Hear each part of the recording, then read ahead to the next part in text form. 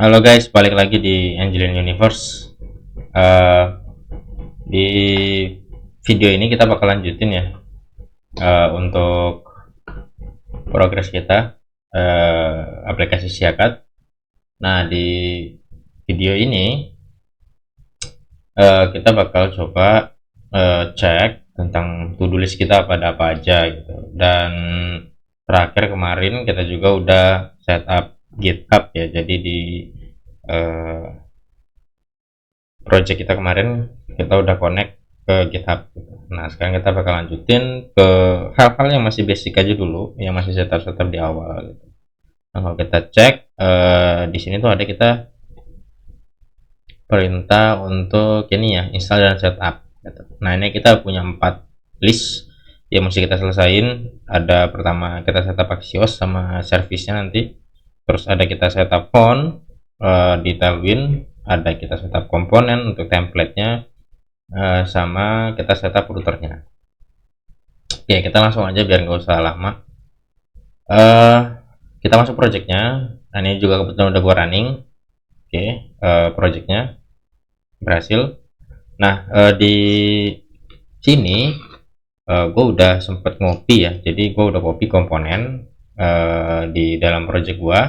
Kebetulan komponen ini adalah komponen yang gue ambil dari projectnya Angelin Design. Jadi ada project Angelin Design yang nanti jadi UI library komponen gitu. Kebetulan memang dia supportnya hanya untuk React aja dulu buat sekarang. Nah, jadi gue ambil templatenya. Nah, pertanyaannya adalah kenapa nggak gue install aja Angelin Design gitu. Kebetulan di Angelin Design yang live sekarang itu komponennya baru ada 3, sedangkan realnya di lokal gue itu udah ada banyak. Nah, jadi gue belum belum gue update ya, karena gue masih belum pede apakah memang eh, komponen yang gue mau upload ke live ini memang secara penggunaannya nanti realnya itu memang pas atau memang sesuai ekspektasi gue. Jadi karena gue belum percaya diri, jadi gue mau coba testing lagi si komponen yang gue buat itu ke dalam project asli. Nah, sehingga ya gue belum berani buat install Angelin Design atau update Angelin Design di live. Jadi gue solusinya adalah copy aja semua komponen di project Angelin Design, gue paste di sini. Sekaligus gue mau coba testing komponen yang udah gue buat secara realnya. Nah, karena komponen gue udah punya, jadi kalau kita lihat dari to-do list, sebenarnya kita udah bisa cek ya si komponen ini. Oke, jadi karena kita udah punya nih. Nah, buat kalian nanti yang memang pengen juga komponennya, tenang aja, gue juga nanti bakal upload di Angelin Design sesuai dengan komponen yang ada. Mungkin nanti ada tambahan lagi yang baru-baru sesuai dengan perkembangannya waktu. Nah, cuman untuk sekarang belum ya. Tapi nanti kedepannya ketika nanti pada saat komponen ini gua rasa udah sesuai ekspektasi gua, dan juga nanti bakal mudah dipakai orang, tentu gua upload di Angelin Design dan nanti komponen ini akan gua hapus semua sehingga nanti gua bakal install aja npm-nya atau library-nya dari Angelin Design, kira-kira gitu. Tapi buat sekarang kita pakai aja dulu. Oke, kita lanjut. Di list di sini gue punya juga tugas dimana gue harus setup font, Axios atau router. Nah, gue coba mulai dari yang basic adalah setup font dulu. Dan di project di sini juga gue udah punya aset font. Jadi gue juga udah import font. Kebetulan font yang mau gue pilih itu adalah interfontnya.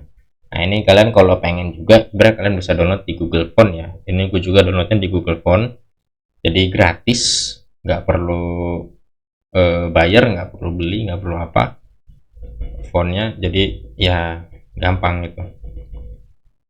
Kalian bisa cari aja di Google Font atau linknya font.google.com. Nah, ini di sini ada banyak font-font yang kalian bisa download resource-nya secara gratis. Oke.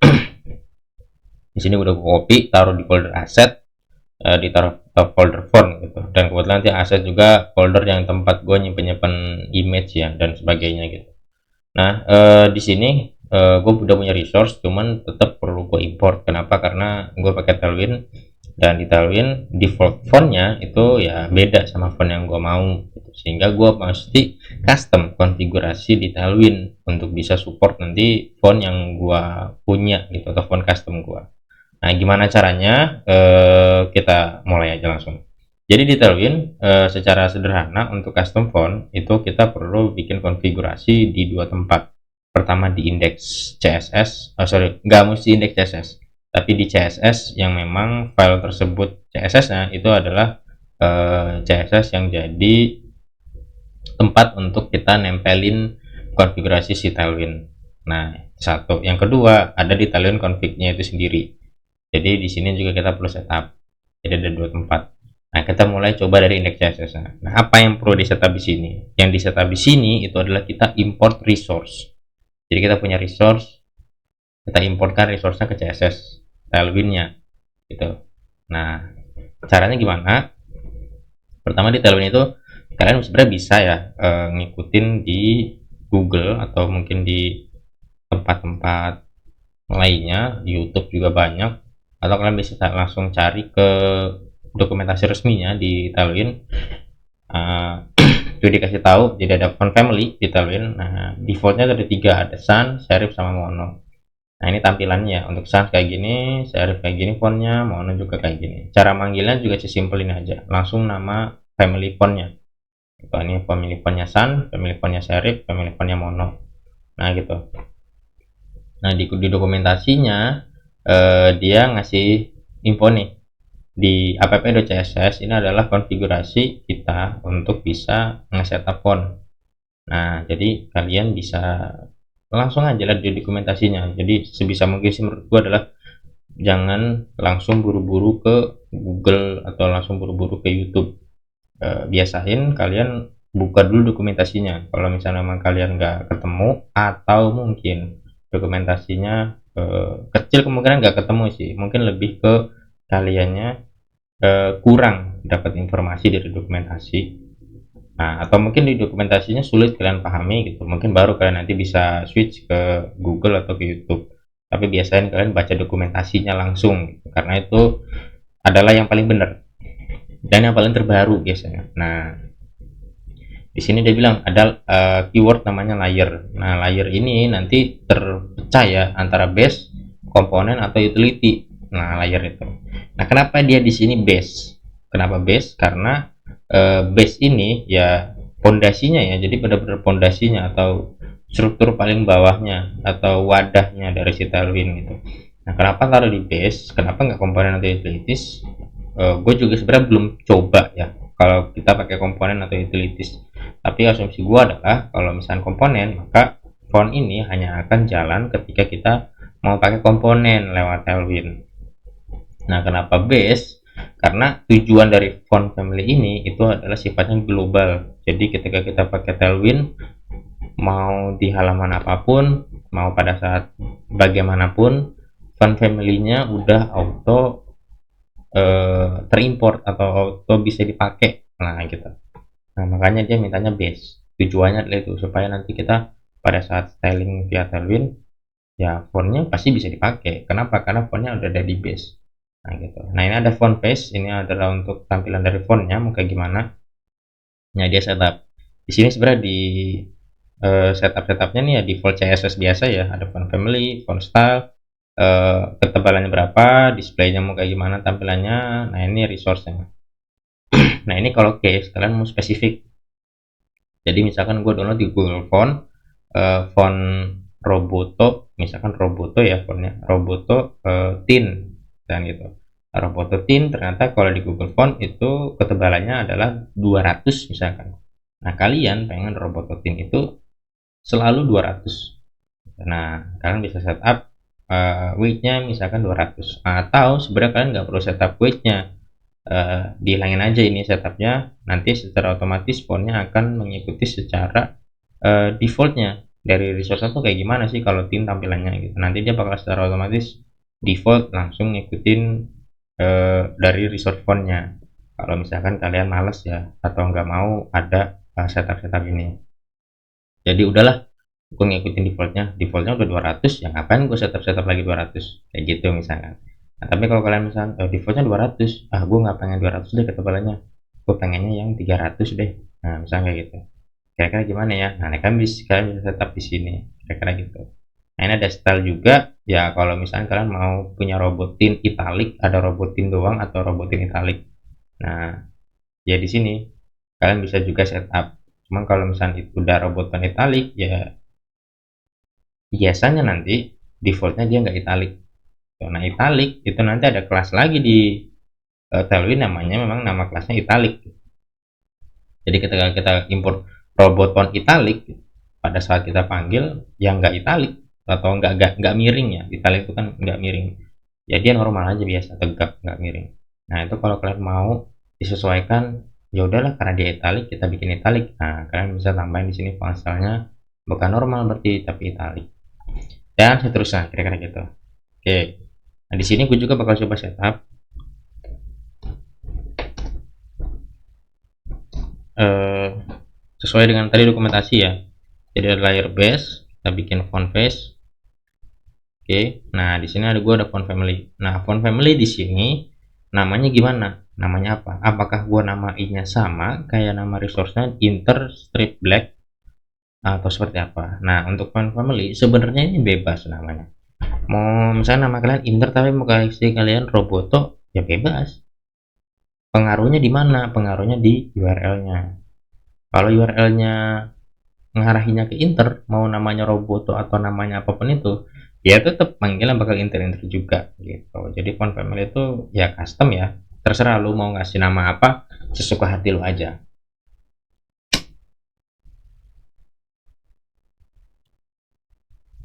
Oke, kita lanjut lagi. Di sini gue kasih nama yang agak mirip aja ya, jadi ada inter karena gue pakai font inter. Nah, URL-nya itu ya arahin ke file ya. Jadi kalau kita lihat ya, ini kan gue di folder CSS. Untuk ke fontnya, maka gue harus pergi ke folder asset, ke folder font, lalu gue buka filenya atau ke resource-nya. Nah, caranya gimana? Ya kita tinggal arahin sesuai dengan project lu gimana struktur foldernya.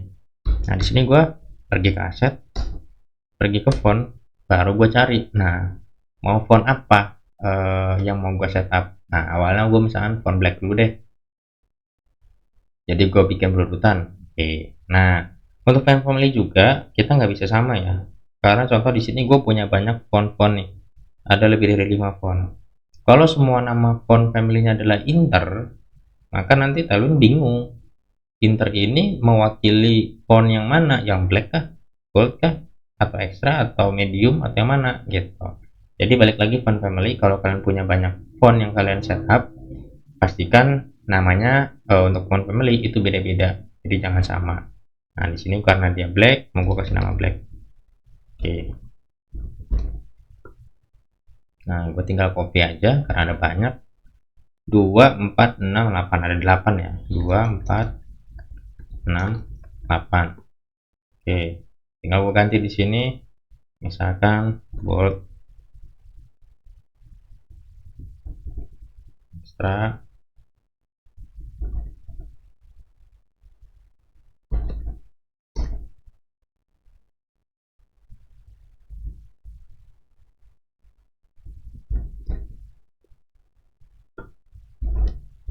Oke, tinggal gue ganti di sini samain bold ya bold. Di sini gue mau kasih nama ekstra. Pokoknya ini nama font family bener-bener bebas sesuai dengan kalian mau kasih nama apa aja. Jadi nggak ada ketetapan ya. Oke, semi bold thin. Oke udah, nah ini di sini udah. Sekarang tinggal gua setup di Tailwind config-nya. Nah di Tailwind config sini tinggal gua setup. Nah kalau kita lihat di dokumentasinya, nah dia bilang di sini providing default font setting. Jadi dia minta kita untuk setup juga font family yang udah kita import di CSS tadi untuk dimasukkan ke dalam sini. Nah cara masukinnya gimana? Ya simple, dia bilang ada di variable temp, kita masukin font family. Ya kita masukin aja di sini font family, kita copy aja paste. Oke, nah di font family di sini dia bilang ada namanya sans. Sans ini ngarahin ke font family-nya namanya ini. Oke, ini ada setting-setting tambahan lagi, tapi kita nggak bakal pakai ya. Kalau kita di sini tadi mana ya? Nah, ini namanya Sans. Dia Sans ngambil font family-nya ini. Ada serif bla bla bla. Nah, kalau kita gimana? Ya udah, kita samain aja. Gua mau ketika gua manggil enter black, maka dia juga manggilnya enter black. Nah, enter black ini ngarahin ke font family apa di sini? Oh, enter black. Ya udah, copy enter black. Gitu. Contoh misalkan gini, gua maunya black. Black ini ketika gua manggilnya black, dia ngarahinnya ke enter black. Nah, di Tailwind nanti manggilnya gimana? Di Tailwind kita cuman cukup panggil font black. Nah, muncul kan ada black tuh. Dia langsung otomatis. Font black itu ngarahinnya ke font family inter black. Ketebalan defaultnya itu adalah 900. Yang inter black ini di sini arahinnya dia ke font yang ini. Nah, kira-kira gitu. Jadi kalau kalian setup di sini black, maka setiap kali kalian manggil ya font black. Nah, di sini gue mau ngasihnya bukan black tapi inter black. Nah, sehingga nanti di sini kita cek font black. Tuh, dia nggak ada font family-nya. Tapi kalau gue font inter black, nah ada font family-nya inter black. Kira-kira gitu. Oke, kebayang ya, harusnya kebayang masih. Nah, sehingga kita bisa paste sebanyak font yang kita tadi import. Oke, interbold, bentar, interbold.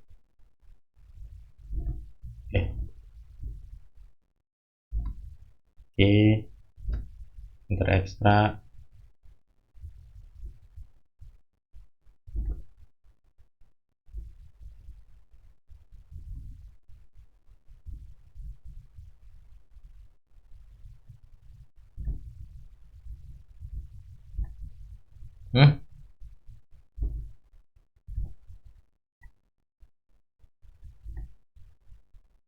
Regular, semi bold,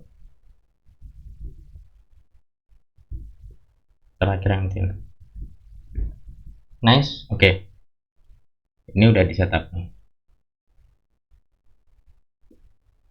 Kita coba lihat perbedaannya ya. Jadi ini adalah font yang belum pakai font family. Jadi ini masih default. Kita coba cek. Kalau dia pakai, sebentar, kita coba cek dulu ya talinya apakah masuk apa enggak. Kita coba kasih di sini ya, di pack. Oke, kita mau kasih text red 600 deh.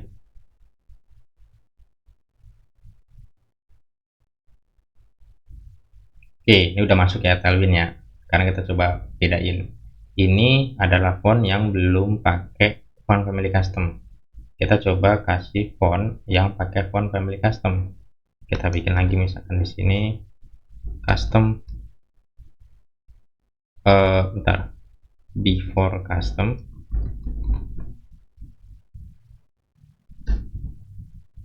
after custom. Oke, kita coba bedain. Nah, ini ada before custom sama after custom. Oke, kita kasih di sini ya, font interbold. Nah, beda tuh, before custom sama inter custom. Atau kita jangan yang bold deh, kita pakai yang regular aja biar kelihatan sama. Oke, nah ini nih, before custom sama after custom. Lihat, meskipun nggak secara kasat mata agak susah ngebedain, tapi kalau kalian lihat ketebalannya beda. Jadi ini realnya di mata gue adalah ketebalannya beda antara default sama yang custom, kira-kira gitu. Nah, kalau nanti tinggal sesuaiin aja sama font-font yang kalian mau. Di project kalian mau kayak gimana, kira-kira gitu. Oke, karena ini font udah, kita bisa checklist font set. Oke, sekarang ada dua lagi, ada setup Axios sama router. Oke, kita bakal setup Axios. Nah, Axios di sini kita akan pakai untuk provide API ya. Jadi ketika ada API dia bakal connect API, bakal nembak API, semua pakai Axios. Jadi nggak pakai HTTP yang tanpa Axios ya, atau mungkin yang biasa di sana yang natif pakai Ajax misalnya gitu, enggak, karena kita pakai framework jadi enggak sana, kita pakai yang Axios. Oke, gimana cara setupnya? Kita mulai, kita pastiin dulu bahwasanya kita udah punya Axios. Oke, Axios kita udah punya. Kita tinggal setup, kita bikin file baru, misalkan namanya service.typescript. Kenapa dia TypeScript? Karena ya gue pakai TypeScript. Nah, kira-kira gitu ya. Nah, cuma dia bilang gini, oh dia belum ada import apa segala macam ya. Oke, kita coba setup dulu. Kita mau bikin satu buah variabel, dimana nanti variabelnya itu ya adalah tailwind-nya. Jadi kita adalah Axios. Kita coba import Axios. Oke, from Axios kita juga bikin variabel baru. Misalkan nama variabelnya adalah client, di mana klien ini itu akan ngambil si Axios. Jadi Axios create. Nah, kita bikin koneksi baru dari Axios. Nah, di create ini itu ada banyak variabel sebenarnya. Cuma defaultnya kita juga pasti butuhnya namanya base URL. Karena ini adalah URL API ya. Jadi URL yang diinput adalah URL API. Jangan sampai salah. Oke. Nah, terus kita juga ingat tadi di video-video sebelumnya bahwasanya API kita itu pakai Saktum. Oke, karena dia pakai Saktum, maka kita harus setup tokennya di header. Oke, di header karena token ya. Maka kita bikin headers. Nah, token ini buat apa? Buat autentikasi dong. Nah, kita panggil authentication. Nah, setupnya adalah barrier. Di sininya adalah token. Nah, sesimpel ini aja. Oke. Nah, sebenarnya nanti realnya tokennya itu harus ngambil dari cookies. Jadi di sini kita juga pakai cookies ya. Di sini untuk cookies kita ngandelin dari nah ini TypeScript cookies. Jadi kita ngandelin dari TypeScript cookies untuk cookies ya. Nah, maka kita juga sebenarnya bisa aja langsung setup cookiesnya dengan kita panggil si TypeScript cookies. Import get cookies ya. Ada nggak ya? Nah, ini ada nih. Ini ada dua nih. Kadang gue juga sebenarnya suka keliru ya. Tapi kalau untuk ngambil cookies single kita pakai ini. Nah, sip. Oke, sekarang kita tinggal masukin get cookiesnya ke dalam token, sehingga nanti defaultnya cookiesnya token kita itu akan ngambil dari cookies gitu. Karena kan kita mau simpen tokennya pada saat login itu masuk ke cookies, kira-kira gitu. Jadi kita ngambil cookies yang key-nya itu adalah token. Jadi kita paste di sini token. Nah, kita coba cek dia value-nya. Oh, dia nggak pakai titik koma ya harusnya. Oke, nah kayak gini ya. Nah, sekarang kita sebenarnya defaultnya bisa aja langsung export modul client. Oh, export default, nggak pakai modul, sorry. Nah, ini paling basic, jadi benar-benar basic ya. Kalian udah pasti dapet lah Axios ketika kalian mau tinggal manggil Axios atau manggil API di React ya. Kita cuma tinggal manggil klien aja ini, karena kliennya udah kita setup secara global di dalam file service, kira-kira gitu. Jadi nanti dia dibutuh ngambil URL apa, headersnya apa, udah kita setup ke token, kira-kira gitu. Jadi secara default semua request ketika kalian request API, semuanya apapun itu, bahkan login pun, dia secara default akan memiliki authentication atau headers token, kira-kira gitu. Nah, ini default, jadi semuanya tanpa terkecuali. Nah, itu kan yang sesuai yang kita harapkan, karena semua request nantinya basisnya dia harus punya token. Jadi ketika kalian ngirim request di halaman login ke halaman apa ke, nanti kalian cuma cukup tinggal panggil client, nama metodenya apa, masukin URL, ada parameter atau payloadnya apa, udah return. Nah, defaultnya dia semua udah ngacu ke base URL yang kita setup sama headersnya. Jadi kita nggak perlu lagi manggil Axios post http:// nama domain apa, itu nggak usah.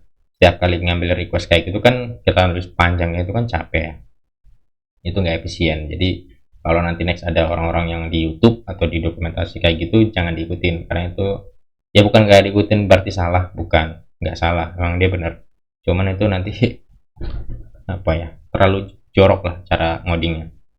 Oke. Nah, kita di Axios secara default seperti ini sebenarnya, cuman kan kita ingat ya bahwasanya eh, kita itu punya notifikasi, kita itu punya kondisi di server.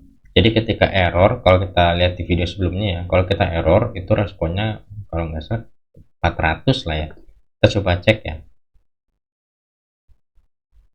Di app, sorry, di app, di controller. Nah, setiap kali dia validasi error, responnya selalu 400. Oke, terus kita cek lagi yang di autentikasi ya, itu ada di admin kalau nggak salah. Nah, nih ada nih. Nah, pada saat di admin, contoh yang, nah ini aja deh, contoh yang register.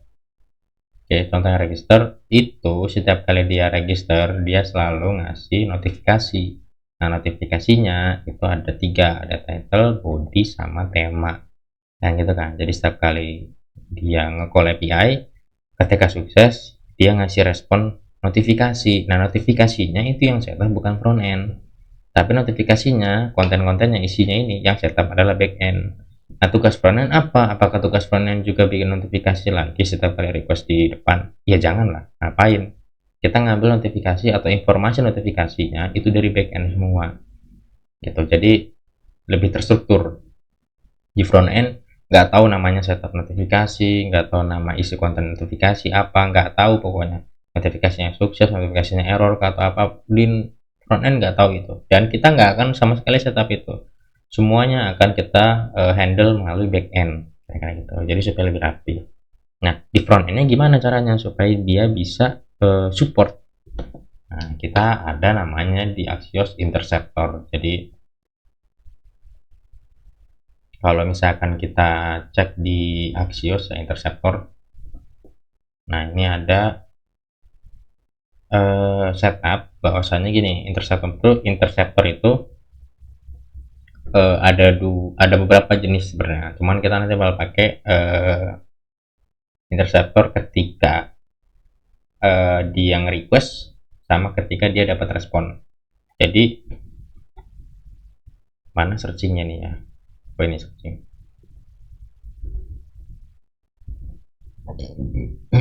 Interceptor, waduh dia nggak bisa di searching kayak.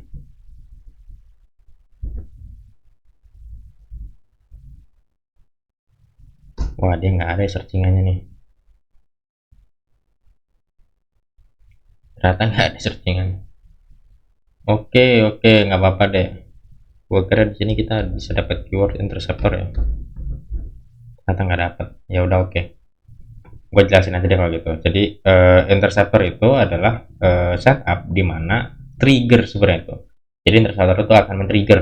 Nah, men-trigger apa? Ya tergantung kita butuh trigger pada saat apa. Jadi apakah trigger itu akan dijalankan pada saat kita melakukan request ke backend, atau trigger itu nanti dijalankan pada saat kita mendapatkan respon dari backend. Nah, kita pakai dua itu. Jadi kita akan bikin trigger Axios ketika dia ngirim request, sama trigger Axios ketika kita ngirim respon. Cuma kadang untuk request itu bisa dinamis ya, tergantung kebutuhan, tergantung kondisi. Jadi kayaknya nanti request mengikuti aja lah.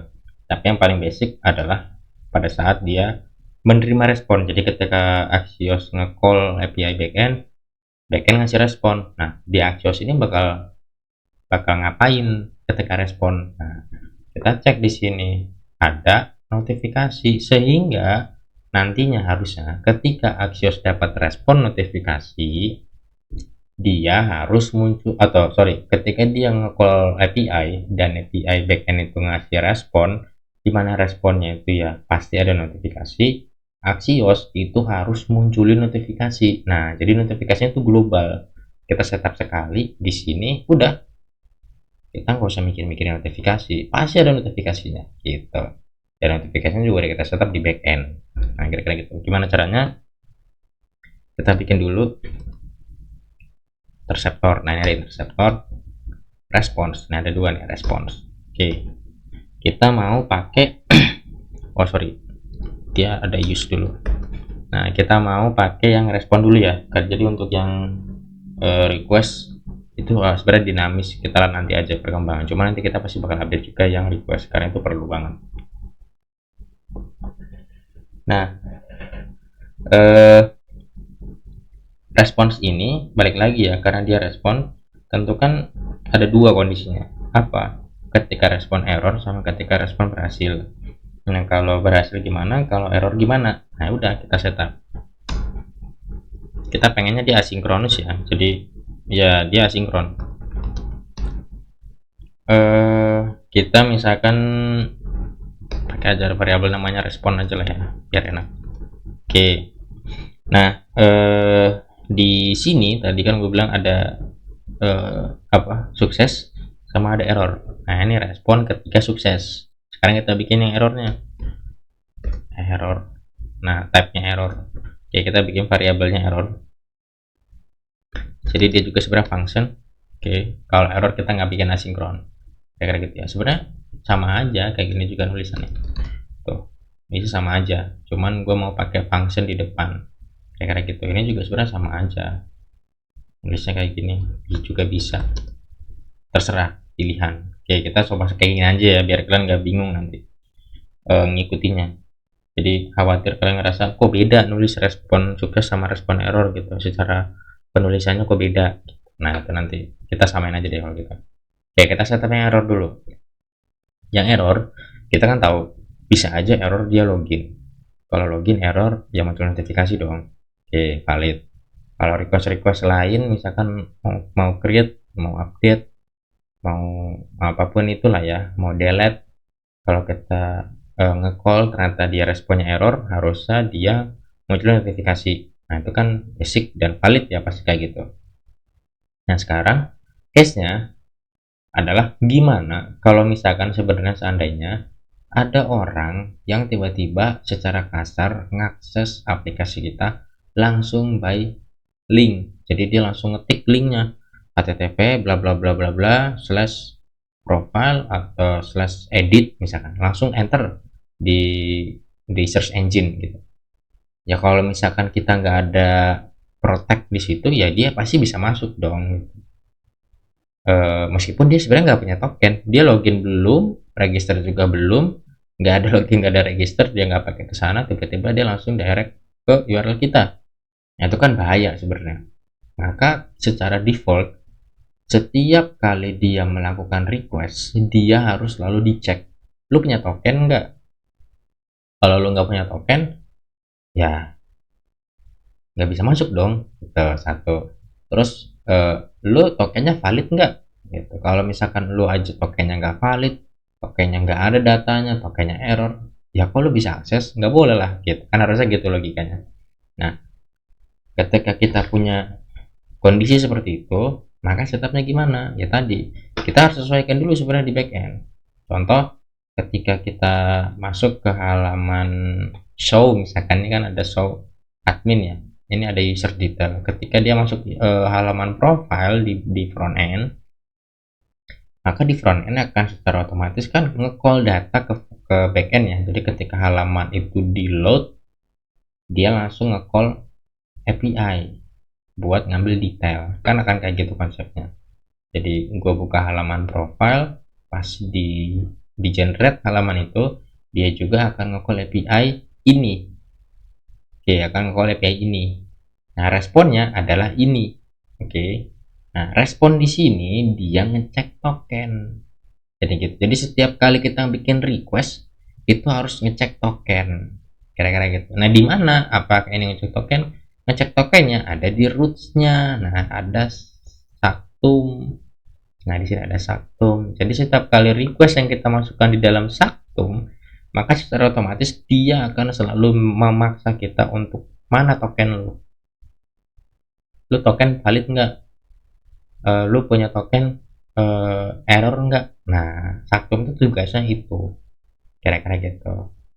Nah, sehingga nantinya gitu, ketika kita buka halaman profile, ya kita nggak punya token karena kita kasar langsung akses by link, ya harus pasti error pastinya kan, pastinya bakal nggak valid gitu, pastinya bakal failure kan gitu, respon yang dikasih dari backendnya. Nah, kalau failure gitu kita nanti ngecek, oke lu failure kodenya berapa. Nah, makanya tadi gua ada di backend itu setup status code-nya, kayak contoh tadi di sini ya, ketika apa namanya validasi nih, gue setup statusnya 400. Oh, kalau 400 dia validasinya gagal. Oh, kalau misalkan dia status code-nya misalkan 500, oh dia error. Oh, kalau status code-nya 401 berarti dia tidak bisa masuk nih akunnya, tidak valid tokennya. Nah, kira-kira gitu. Jadi ini bukan cuma sembarang kode angka biasa yang nggak kepake, enggak, ini kepake banget gitu. Jadi nggak ada yang nggak kepake kita tulis kode, kira-kira gitu. Nah, untuk case kayak gini kita coba langsung aja. Ya, kondisi biasa. If error, oke, kalau error dibilang itu, jika error dan responnya, oke, ini error respon. Kalau respon errornya, statusnya, kalau status atau kodenya ya, ya, tapi di sini namanya status ya. Jadi gini, dia bilang jika kode respon errornya itu adalah 401. Oke, 401 itu artinya dia tokennya nggak valid. Nah, kira-kira gitu. Maka kita balikkan dia kemana? Ya ke login lah. Lu harus login dulu. Gitu. Lu token lu nggak valid bos. Gitu. Lu login dulu. Nah, kira-kira gitu. Ya, sesederhana itu. Meskipun ini sebenarnya belum fix ya, tapi defaultnya kira-kira kayak gitu. Nah, ya sesederhana itulah. Nah, sekarang kita redirect aja. Ya udah, kita lengkapin di React Router itu ada namanya redirect. Oke. Jadi dia secara otomatis kalau respon status code-nya itu 401 artinya tokennya dia nggak valid, maka dia akan kita redirect paksa ke halaman login. Jadi ya lu token nggak punya, nggak valid, lu ujuk-ujuk pengen akses, nggak bisa, lu login dulu. Nah, kita segalak gitu ya, mereka gitu.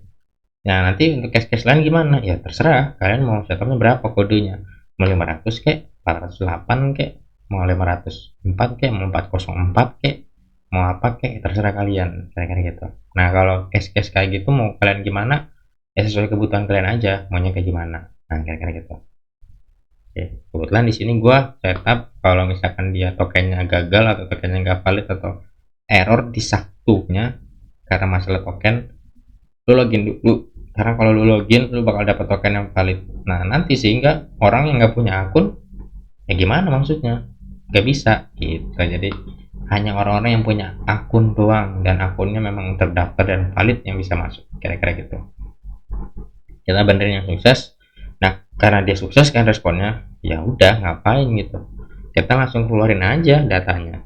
Oke, kita keluarin cons, kita bikin variabel baru namanya respon aja lah ya. Nah, di respon kita keluarin white respons, kita keluarin data.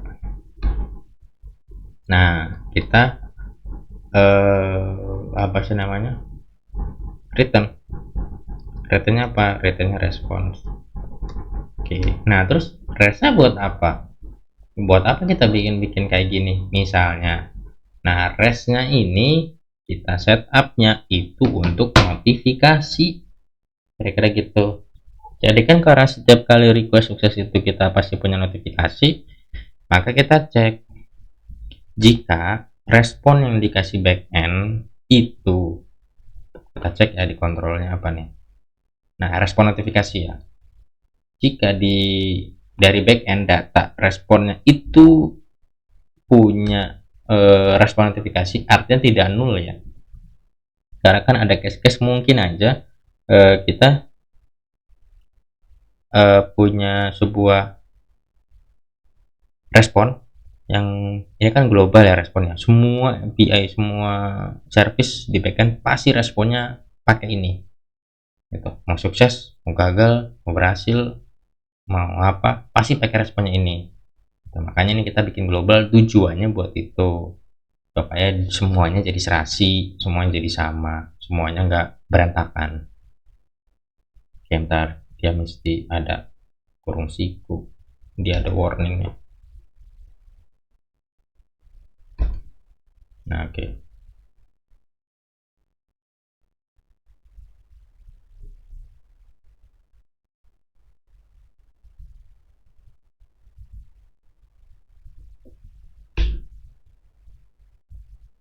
Oke, nah dia bilang gini, kita setup semua respon dari backend itu global, jadi ya mau berhasil mau gagal pasti pakai responnya ini. Nah, ini tujuannya itu ya, jadi nggak sembarang kita ngoding kode, nggak ada tujuan, nggak ada apa tuh, ngapain kita bikin. Nah, ini karena tujuan. Nah, dia bilang sini untuk semua respon notifikasi mau gagal mau berhasil pasti ada di sini.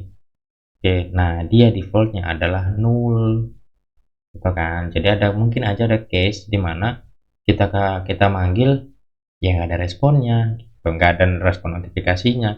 Contohnya yang mana? Contohnya kita coba cek. Nah, yang ini dia pakai respon bener, message-nya ada, user detail, datanya ada, data user, tapi notifikasinya nggak ada. Nah, ini kan nol dong berarti notifikasinya. Secara default dia manggil yang ini. Nah, di sini nggak bisa kalau kita nggak pakai kondisi. Kenapa? Karena nantinya secara default dia selalu menganggap di front end ya, bahwasanya respon notifikasi itu pasti ada, nggak mungkin nol. Nah, itu kan bahaya. Maka kita kasih kondisi jika respon notifikasinya ada atau tidak nol atau tidak sama dengan nol, maka kita tinggal setup notifikasi kayak gitu. Nah, notifikasinya itu nanti kita akan pakai komponen, di sini ada notification. Nah, kira-kira gitu. Jadi di komponen ada nih notification, kita coba import.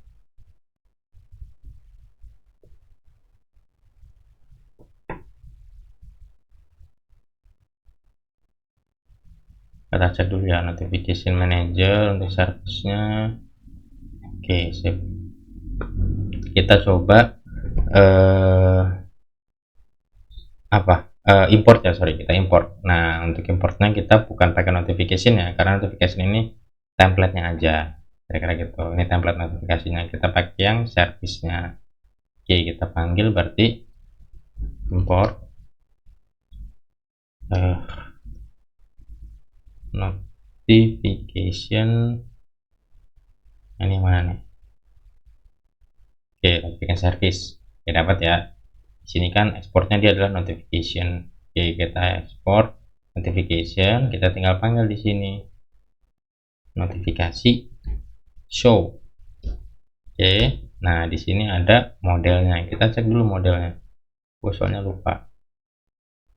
Nah, ini ada nih, ada key-nya, ada positionnya, ada temanya apa, bodinya apa, title-nya apa, durasinya berapa, kira-kira gitu. Kita cek key-nya aja dulu. Oke, notif. Oh sorry, dia objek ya. Bentar.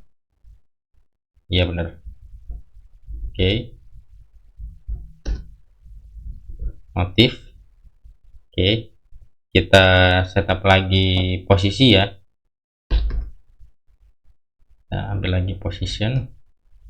Nah, posisinya di sini ada yang tersedia atas, atas kanan, atas kiri, bawah, bawah kanan, bawah kiri. Oke, kita ambil yang atas kanan. Default ya.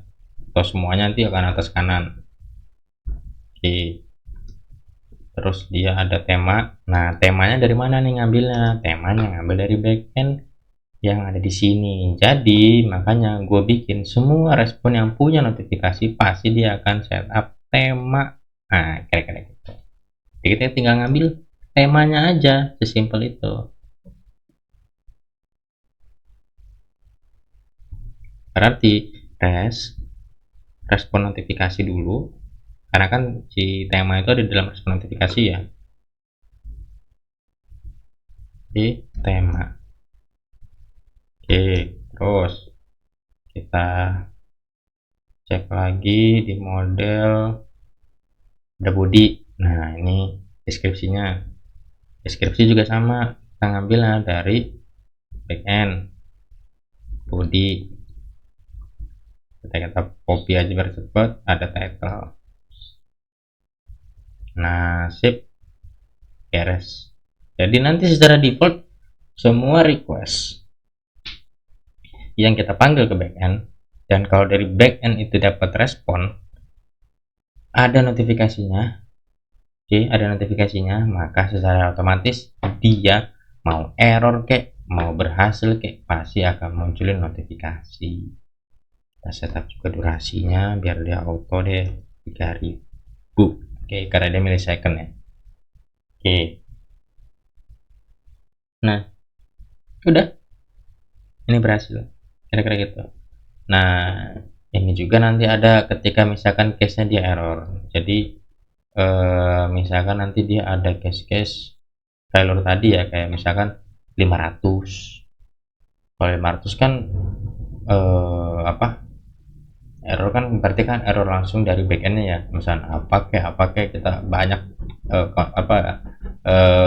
kondisinya gitu. Nah, cuman kita setup juga di sini. Nah, kalau di sini kata dia bilang buat error juga sama, ya benar gitu, cuman kan ada case di kondisinya di backend itu, misalkan contoh ya, yang, nah ini dia contoh deh, ini validasi kan dia sebenarnya error ya, cuman errornya kan error validasi, bukan error sistem, bukan, sistemnya berhasil gitu, cuman dia failure validasi. Nah, ini kan nggak termasuk error sebenarnya, bukan error ini, tapi kena validasi gitu. Nah, ini untuk handle ketika ya kayak gitu, ada validasi gagal, misalkan contoh dia login ternyata akunnya tidak ditemukan. Kalau kita lihat di sini ada di, nah ini ketika login data Anda tidak ditemukan atau tidak cocok, ini kan nggak error sebenarnya, di sistem nggak error, ya memang gagal aja, datanya memang nggak ada. Nah, kalau error yang mana? Kalau error yang ini baru. Nah, gitu kira-kira ya. Nah, kita bedain, ini itu bukan error, ini memang responnya sengaja dibikin gagal atau nggak berhasil. Nah, ngehandle-nya itu nanti ada di sini. Nah, kalau di sini itu buat yang mana? Itu buat setiap kali catch. Nah, kira-kira kayak gitu. Oke. Jadi kalau catch ini artinya error. Nah, error itu nanti disetnya di sini. Nah, kalau yang kayak gini gimana gitu. Nah, ini nanti kita bisa setup di sini ya. Kita ngambil error, berarti kan bukan respon kan, kita ngambil error, terus kita ngambil respons. Oke, terus kita juga manggil data. Nah, baru kita ambil respon notifikasinya, kira-kira gitu. Oke, nah kadang karena dia error ya, di sini juga di abort kan dia nggak ada setup tema, maka ya udah, ya error, ngapain kasih setup tema, kita langsung aja di sini udah pastinya error. Nah, kira-kira gitu. Udah gitu di error, kita tinggal tutup dengan return promise reject error, berhentiin kita. udah nih, setup basic dari Axios ini udah berapa ya, udah bisa ngehandle semua kemungkinan case-case yang kalian kira-kira tuh sulit ini, atau sorry bukan sulit dong, untuk ngehandle semua request API yang kalian punya. Untuk responnya itu pasti dapat di sini. Nah, kita mesti coba sebenarnya, cuma nanti nyoba kan ya kita bikin UI-nya dulu ya. Nanti kemungkinan kalau misalnya kita ada salah baru bisa ketahuan kalau kita udah coba. Tapi ini adalah basic standar ketika kalian mau bikin setup kondisi untuk setiap kali request atau setiap kali respon yang diterima atau yang dikirim oleh Axios ke backend. Kira-kira gitu. Ini udah yang paling paling apa ya, paling clean lah kalau buat gua, kira-kira gitu. Oke, berarti Axios dan service down. Oh sorry, bukan yang ini. Nah, sip, Axios dan service down. Nah, sekarang kita juga punya tugas lagi, itu ada di router. Nah, kalau router ini gimana? Kalau router itu ya simple aja ya. Kalau router sebenarnya simple. Jadi kita bikin dulu satu deh. Contoh, kita kan punya login ya, maka kita mau bikin di sini misalnya sebuah file namanya layout. Oke, di dalam file layout itu nanti ada out, terus ada profile, enggak, belum profile, dia ada modulnya manage. Wah, dia nggak ada warnanya, dia abu-abu ya, kayak gua kurang ini. Nah, warna akunnya dia abu-abu, kayaknya agak kurang gimana gitu kalau dia abu-abu.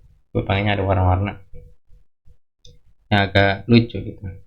Nah, ada dua lah, misalkan kita ada out sama manage. Manage ini kan nanti kan buat dia manajemen akun ya. Kan kita baru bikinnya setup akun kayak tadi, create, destroy, show, kayak gitu-gitu kan.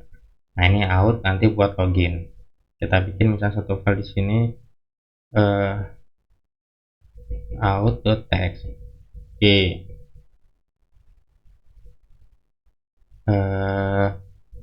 Misalnya ya, nanti ada case di React ini kan sebenarnya apa ya bahasanya, double double double check lah, mungkin bisa gitu, bisa dibilang ya double check. Jadi tadi kita udah ngecek by token. Oke, kita udah ngecek by token, jadi ketika tokennya nggak ada atau failure, ya dia balikin lagi, bentalin lagi ke halaman utama, ke halaman login, sorry, ke halaman login. Jadi di sini juga kita sebenarnya bisa aja double check. Jadi eh, namanya guard di router, cuman itu nanti kita bikin nanti aja. Nah, ini kita sampel aja ya, kelas out out. Oke, kita extendnya terhadap kelas komponen di React ya.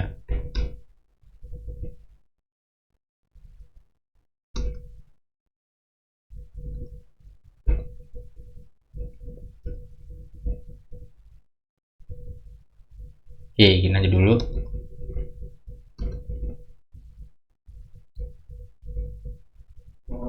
Nah, kita udah punya satu file ya, namanya out. Ini untuk login. Kita juga nanti mau bikin service, cuma nanti aja. Oke, kita coba setup di routernya ya. Kita bikin satu file lagi, namanya adalah, oh sorry, jangan file dong, kita mau bikin folder aja, router. Oke, kita bikin satu file lagi, router.ts, routers.ts. Nah, sip, kita punya satu file lagi namanya router. Nah, jadi nanti ini kita bakal setup juga router secara global seperti halnya tadi kayak Axios. Jadi kita routernya nggak setup di dalam tadi, nah di dalam index .txt, kita nggak bakal setup routernya di sini. Kenapa? Ya di sini nanti banyak bos gitu, jadi eh, kurang kurang enak lah dilihatnya kira-kira gitu. Jadi kita bakal keluarin si routernya itu nanti ada di sini kira-kira gitu. Oke, kita mau bikin ya cons router sama dengan dia itu kalau nggak salah create terus create dia itu kalau di itu tuh browser root. Oke,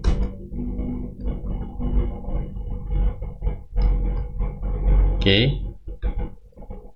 kita coba export ya, export default router. Oke, nah di sini kita bakal setup. Oke, cuma kita nggak langsung router ini nanti kita pakai namanya konsepnya lazy component. Jadi lazy component itu adalah memungkinkan komponen-komponen itu nggak di render kalau nggak dipanggil. Jadi ya ngapain kita render, berat-beratin project kita aja kan gitu. Contoh contoh jadi sebentar gue coba cari korek dulu.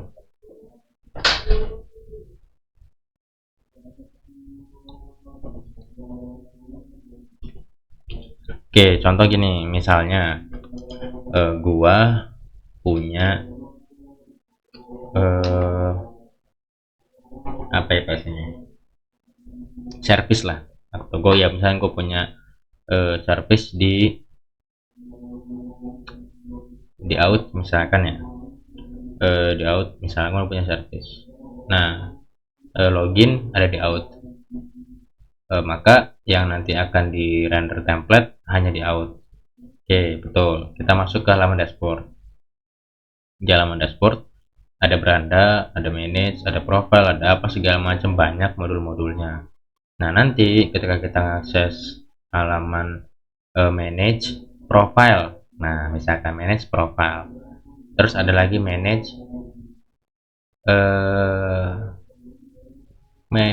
misalkan user misalnya gitu ya. Nah, lazy itu nanti akan secara spesifik kerasa banget itu ketika kita pakai namanya fitur tab. Jadi ada tab ya, ada fitur namanya tab. Kalau tab kan kita sama-sama tahu bahwasanya ada misalkan di sini user, nanti di sini profile, misalkan di sini setting. Nah, ini kan sebenarnya kan ada di satu URL yang sama.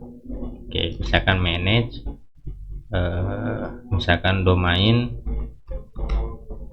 slash manage. Nah, kayak gini kan routingnya misalkan atau URL-nya. Ketika kita masuk ke halaman ini, ke URL ini, itu nanti ada 3 tab, ada tab user, tab profile, sama tab setting. Kalau kita masih di user, ya kita manggil user aja. Kalau kita masih di profile, ya kita manggil profile aja. Kalau kita masih di setting, kita manggil setting aja. Meskipun tiga-tiganya itu nanti secara konsep juga sama-sama manggil API, kira-kira gitu. Jadi lazy component itu memastikan kalau komponen kita itu hanya akan di render ketika dibutuhkan. Jadi kalau dia nggak dibutuhkan, ngapain di render, kira-kira gitu. Nah, di jelasan nanti kan juga bisa cari ya di Google atau di YouTube kira-kira sejauh mana apa ya, ini kali ya, lebih ke sejauh mana si apa ya bahasanya, si lazy component ini punya peran penting dalam routing. Oke, ntar gua kelupa, di sini kita harus pakai array ya, dia mintanya array. Oke, makanya dia error aja tadi. Nah, kita setup ya, kita langsung aja coba sampel path ini URL ya, kita setup URL nya nanti mau apa. Nah, URL nya defaultnya dia harus slash, jadi kalau kita nggak ada URL ya kita pakainya slash, karena nanti slash ini nanti defaultnya ya dia ke app ya, ke app, ke sorry bukan ke iya ke app, atau nanti juga sebenarnya bisa ke index, tapi kita mau setupnya di app aja. Oke, terus misalkan asinkronus, kita juga mau bikin asinkron. Oke, kita pakai namanya lazy. Nah, oke, ini bawaan dari React Router ya kalau nggak salah. Oke, nah kita di sini bikin variabel namanya app misalkan. Oke, app ini karena dia sinkron, kita kasih void import. Nah, importnya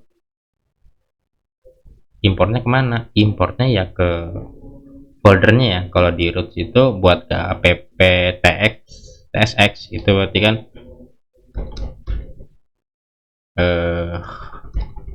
nah app nah ini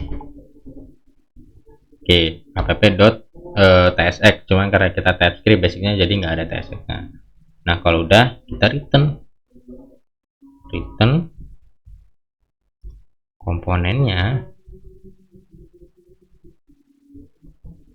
komponen. Oke, kita ambil app default. Nah sip, dapat nih kita nih. Jadi kita udah punya satu komponen, defaultnya dia adalah app,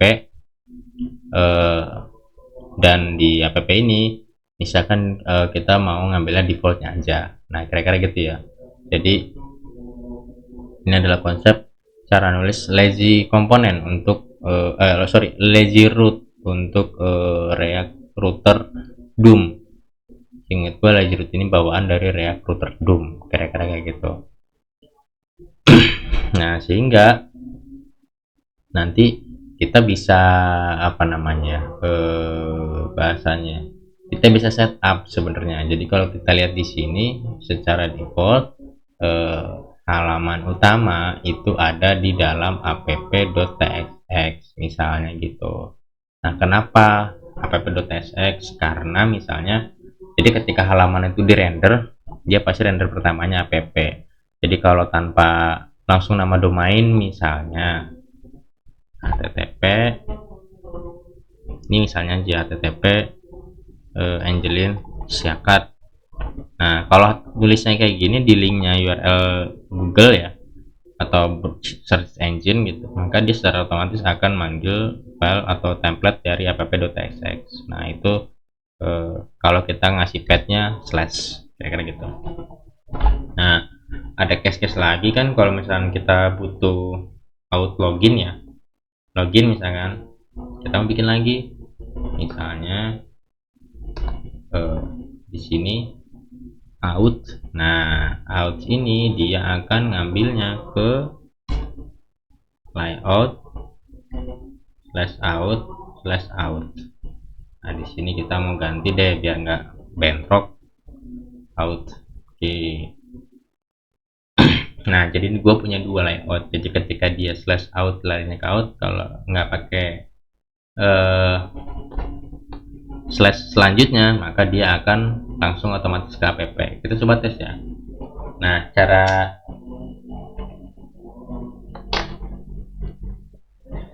setup selanjutnya gimana? Ya udah kita tinggal pergi langsung ke indeksnya. Jadi kita udah punya root komponen, kita langsung tempel ke indeksnya karena kan ini halaman pertama ya yang nanti bakal dijadiin base dari project kita di index.tsx ini gitu. Kita tinggal masukin di React Router Doom itu ada import karena kita tadi pakai create browser apa tadi browser root ya, maka kita di sini ada namanya root provider. Jadi dia bikin konteks namanya router provider. Oke, nah di router provider sini kita tinggal paste, ini kita copy, kita replace jadi root provider. Loh kok root provider. Nah di root provider ini dia nggak akan ngambil app, ngambilnya yang mana? Yang ngambilnya root yang tadi kita buat gitu. Jadi halamannya disesuaikan mana yang pertama kali dipanggil. Kalau manggil URL ini manggil apa gitu, itu sesuai dengan yang ada di dalam sini gitu, sehingga app-nya nggak kita pakai lagi. Terus pakainya yang mana? Oh, ini nggak usah sebenarnya, langsung gini aja bisa. Nah, pakainya mana? Ya udah, kita pakainya router. Kita tinggal import. Import dari mana? Dari sini ya, kan kita udah bikin nih routernya. Kita importkan ke sini, router. Nah, kita langsung taruh di sini, router. Nice.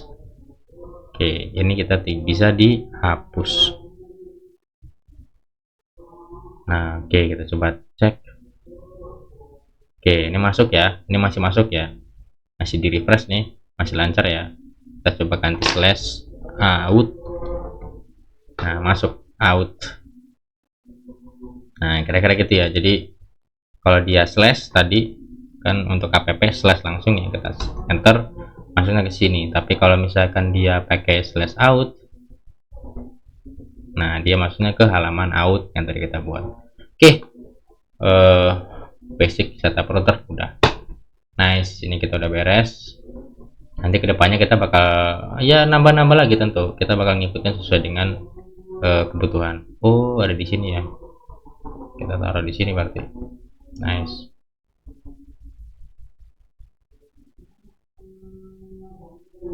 Kita berarti nextnya adalah bikin halaman. Nah, ini kita bakal coba berkreasi untuk bikin halaman yang cocok sesuai apa, sesuai yang ada di desain. Jadi aku juga punya desainnya.